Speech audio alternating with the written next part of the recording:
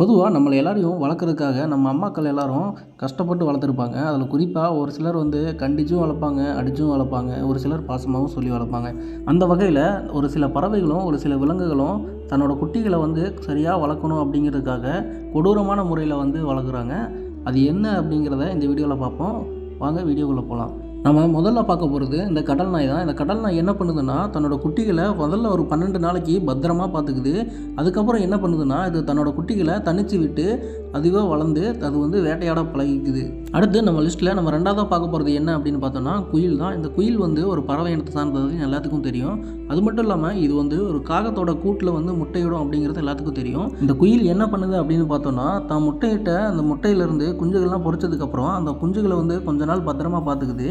அது ஓரளவுக்கு பெருசாக வளர்ந்துருச்சு அப்படின்னு தெரிஞ்ச உடனே அது வந்து இந்த கூட்டை விட்டு தனியாக பிரிஞ்சு போயிடுதான். அதுவும் இல்லாமல் அந்த குயிலுக்கும் என்ன ஆகுதுன்னு அதுக்கு தெரியாதான். அடுத்து நம்ம லிஸ்ட்டில் மூணாவதாக பார்க்க போகிறது இந்த கருப்பு கழுகுகள் தான். இந்த கருப்பு கழுகுகள் வந்து என்ன பண்ணுது அப்படின்னு பார்த்தோன்னா, இது வந்து ஒன்றுக்கு மேற்பட்ட முட்டைகளை இட்டு குஞ்சு பொரிக்கும். அந்த குஞ்சு பொரிக்கும்போது என்ன நடக்குது அப்படின்னா, அந்த குஞ்சு பொரிச்சதில் வலிமையான கழுகுகள் எதுவோ அது வந்து ஒன்று சேர்ந்துட்டு எது ரொம்ப வலிமை இல்லாமல் இருக்கோ அதை வந்து ஒன்றா சேர்ந்து கொன்றுமா. இதையும் அந்த அம்மா கழுகு பார்த்துக்கிட்டே இருக்குமா, தன்னோட குஞ்சுகளை எதுவுமே கேட்காதான். அடுத்து நம்ம நாலாவதாக பார்க்க போகிறது இந்த வீட்டுக்குருவிகள் தான். இந்த வீட்டுக்குருவிகள் என்ன பண்ணோம் அப்படின்னு பார்த்தோன்னா, தன்னோட ஆண் குருவிகள் வந்து அதுக்கு துரோகம் பண்ணுச்சு அப்படின்னு தெரிஞ்சதுன்னா அந்த மற்ற பெண் குருவிகளோட கூட்டை வந்து அழித்து சண்டை போடுமா.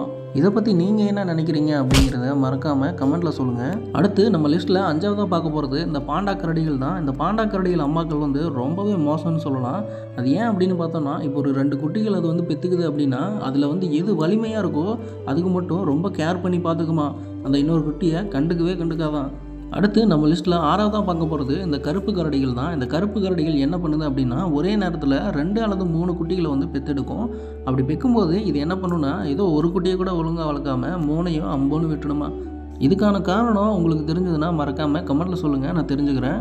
அடுத்து நம்ம லிஸ்ட்டில் நம்ம 7வதாக பார்க்க போகிறது இந்த முயல் அம்மாக்கள் தான். இந்த முயல் அம்மாக்கள் வந்து என்ன பண்ணுதுன்னா, இது வந்து ஒரு சேடிஸ்ட்னு கூட சொல்லலாம்.